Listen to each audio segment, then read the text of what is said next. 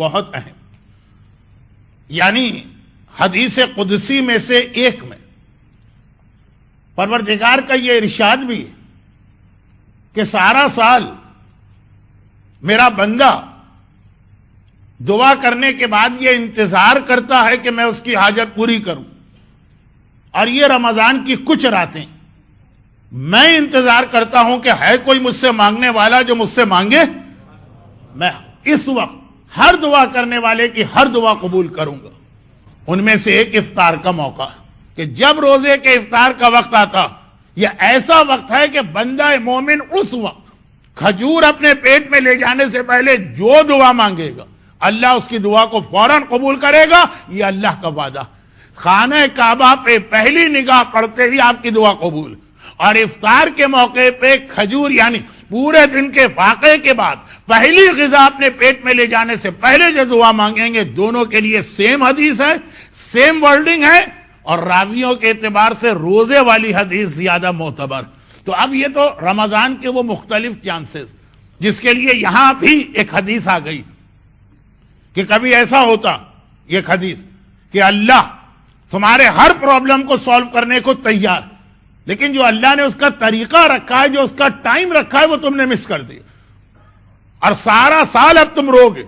رمضان اب اگلے ہی سال آئے گا، اس سے پہلے نہیں آ سکتا۔ سارا سال رونے والا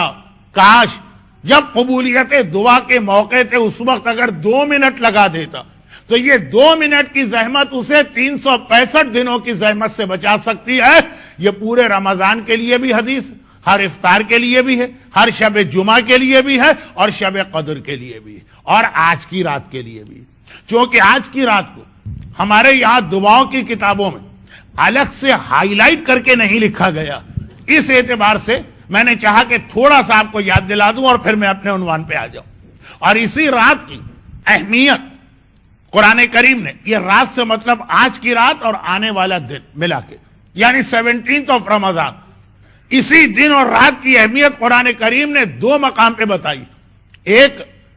دن شروع ہونے سے پہلے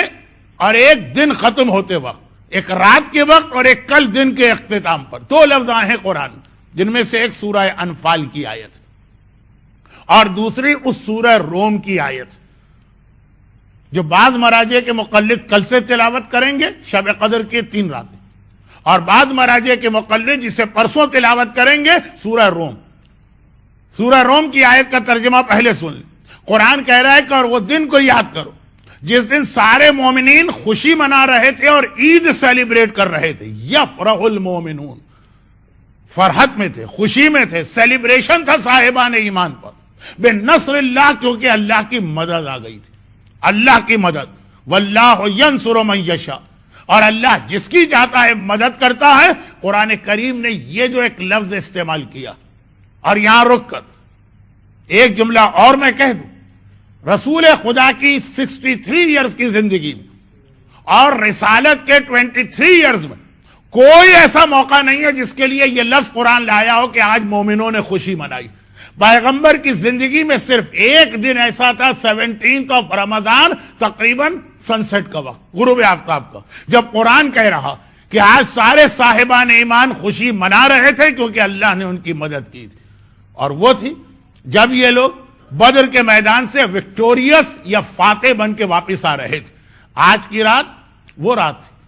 کہ کل صبح جنگ بدر ہونے والی، جس کے لیے قرآن نے کہا وَلَقَدْ نَصَرَكُمُ اللَّهُ بِبَدْرٍ، اللہ نے جنگ بدر میں تمہاری مدد کی، اور اس کا نتیجہ یہ نکلا کہ کل مومنین نے عید منائی۔ مگر اس سے پہلے آج کی رات، یہ رات شب بدر، شب جنگ بدر، جس کے لیے قرآن کہہ رہا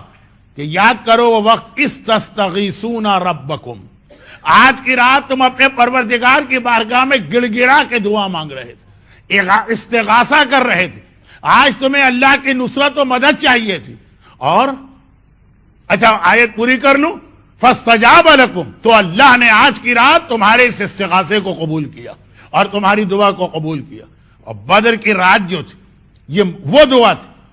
جو معصوم نے بتایا کہ دعا میں اتنی طاقت بھی ہے کہ ناممکن ممکن ہو جاتا، مردہ زندہ ہو جاتا، جو کام کسی اعتبار سے بھی پاسبل نہیں ہے، دعا میں اتنی طاقت ہے کہ وہ کام بھی ہو جاتا. چنانچہ اگر آپ کی زندگی میں کوئی ایسا بڑا پرابلم، کبھی ایسا بھی ہوتا ہے نا کہ آدمی نے کہا کہ بھائی مولانا آپ نے دعا بتائی، ہاں ہے، لیکن ہمارے ساتھ تو مسئلہ ہے کہ کوئی دعا ہمارے حق میں قبول ہو ہی نہیں سکتی. اب میں ٹائم کو بچانے کے لیے اس کی بہت زیادہ مثالیں نہیں دیتا ہوں. مثلا ایک میڈیکل رپورٹ آ گئی کہ یہ آدمی کینسر یا ایڈز کے آخری سٹیج میں، اور اب ظاہری اعتبار سے اس کا بچنا ناممکن ہے. نہ صرف یہ کہ مر جائے گا بلکہ 3 مہینے میں مر جائے گا. آپ نے کہا مولانا دعا تو آپ نے بتائی ہے لیکن اب وقت نہیں رہا، اب تو وہ منزل آ گئی ہے کہ بس مرنا ہی مرنا. وہی موقع ہے کہ جہاں پہ آپ آج کی رات کو استعمال کریں اور ایسی دعا مانگیں. اور آگے مثال دیں، میڈیکل رپورٹ آ گئی کہ اس کپل کے یہاں اولاد ہو ہی نہیں سکتی. وہ بتا رہے ہیں اپنے سارا جو کچھ بھی ان کا سلسلہ، ہو ہی نہیں سکتی، ناممکن ہے. اور پتا چلا کہ دعا. اب دیکھیں اس میں اور بہت ساری باتیں آئیں گی، کچھ جوک بھی آپ کے ذہن میں آ سکتے ہیں، کچھ رسول خدا کی سیرت کے واقعات بھی آپ کے ذہن میں آئیں گے. میری ایک مجبوری کو خیال رکھیے، ٹائم اور ٹائم. تو خلاصہ یہ کہ میڈیکلی مسئلہ یہ ناممکن نظر آ رہا، یہی موقع ہے کہ جہاں پہ دعا، آج کی رات والی دعا، اس میں شب قدر میں بھی اتنی ہی طاقت ہے، لیکن آج کی رات میں اس لیے بار بار کہہ رہا ہوں کہ آج کی رات جب مسلمان بدر کے میدان میں پہنچے تھے تو جتنا بڑا کافروں کا لشکر سامنے تھا، اس کو دیکھتے ہوئے وہی کیفیت تھی کہ امپاسبل، ناممکن ہے کہ ہم جیت جائیں. کہاں ہم 313، کہاں وہ 1000.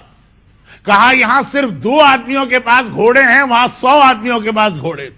کہاں یہاں 313 میں کتنے ہی بچے ہیں، کتنے ہی بوڑھے ہیں، اور کہاں وہاں 1000 میں سب کے سب سلیکٹڈ ہیں. خالی ایک جنگ خندق میں عمر ابن عبدود کا نام آپ نے سنا.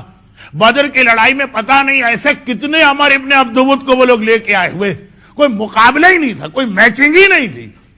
ایسا وہ بدر کا موقع کہ مسلمانوں کو ہارنا یقینی ہے، کافروں کا جیتنا یقینی. وہ وہی دعا. چنانچہ قرآن کا تستغیثون ربکم،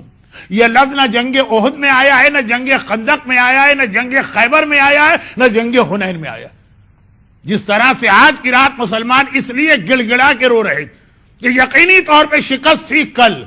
وہ اسی نیت کے ساتھ آئے تھے کہ ہم مرنا تو ہے، ہم مر جائیں، جیتنے نہیں آئے، کامیاب ہونے نہیں آئے. لیکن دعا کی یہ طاقت کہ آج کی رات جو ناممکن نظر آ رہا،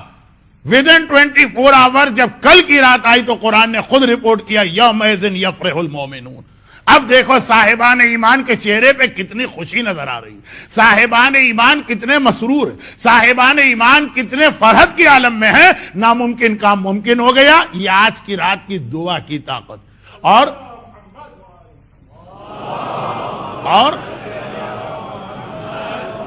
خاص رسول خدا کے خیمے میں جا کے دیکھیے آپ، کربلا میں آقا حسین کے خیمے میں شب عاشور جائیے، وہاں ساری رات عبادت، یعنی نماز ہے، قیام ہے، قعود ہے، قرات. اور آج کی رات رسول خدا کے خیمے میں جائیے، ساری رات پیغمبر کے ہاتھ پھیلے ہوئے ہیں، آسمان کی جانب چہرہ بلند ہے، آنکھوں سے آنسو جاری ہے، گڑ گڑا کے اللہ کا رسول خصوصی دعا کر رہا ہے کہ خدا بندہ یہ مٹھی بھر مسلمان اگر یہ بھی ختم ہو گئے تو پھر تیرا نام لینے والا اس دنیا میں کوئی نہ ہوگا. تو آج کی رات کی اس فضیلت اور اہمیت کو اپنے ذہن میں رکھیے. پھر اس کے علاوہ اس کے اور بہت سارے پیغام، لیکن چونکہ پوری دنیا میں اور پھر ایک بار حالات پھر واپس بدلیں اور خراب ہو گئے پوری دنیا میں اس وقت جہاں جہاں آپ جائیں گے، مومن ہو کہ مومنہ، کوئی اولاد کے حوالے سے پریشان ہے، کوئی روزگار کے حوالے سے پریشان، کوئی بیماریوں کے حوالے سے پریشان، کسی پہ قرضے بہت چڑھے ہوئے، کسی کے لیے اپنے بچوں کے لیے عزت و آبرو کے ساتھ 2 وقت کی روٹی یہ مہیا کرنا مشکل ہو رہا، کہیں پہ زندگی کا کوئی تحفظ نہیں ہے،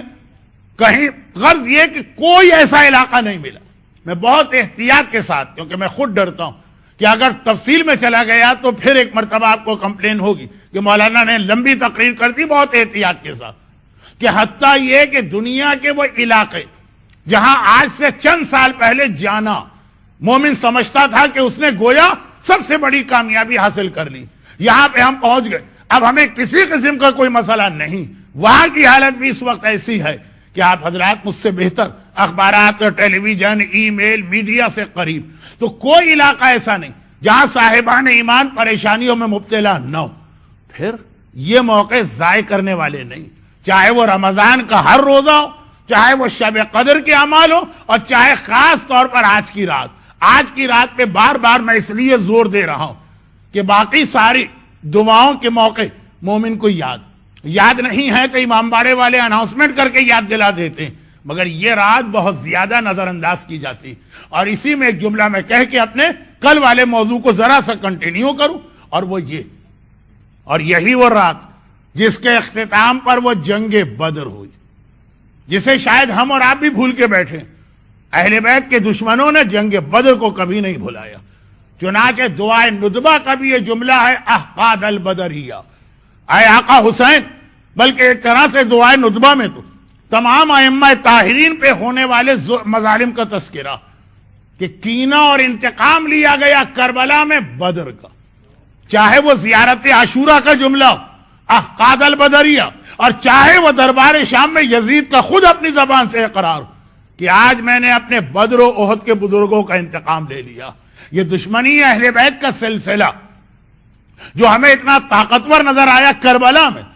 اس کے اندر بدر آج کی رات کی بہت زیادہ اہمیت۔ تو ایک جانب یہ رات دعا کی رات، اور ایسی دعا کہ جو آپ کے اعتبار سے ناممکن کام، مولانا اس میں دعا کیا کرے، کیسے اس میں دعا کریں، اس دعا کا فائدہ کیا، وہ آج کی رات 313 1000 کا مقابلہ کر ہی نہیں سکتے تھے، لیکن کیا، اور اتنی بڑی کامیابی کے ساتھ کیا۔ اور ساتھ ساتھ آج کی رات یہ یاد رکھنے کی رات بھی کہ کس انداز سے اس کا انتقام مولا اور مولا کی اولاد سے اس طرح لیا گیا کہ دعائے ندبہ کے الفاظ میں مظالم کا سلسلہ آج تک جاری، اور اس وقت تک جاری رہے گا جب تک کہ ہمارے زمانے کا امام نہیں آ جاتا۔ برحمتک یا ارحم الراحمین، وصلی اللہ علی محمد وآلہ الطاہرین۔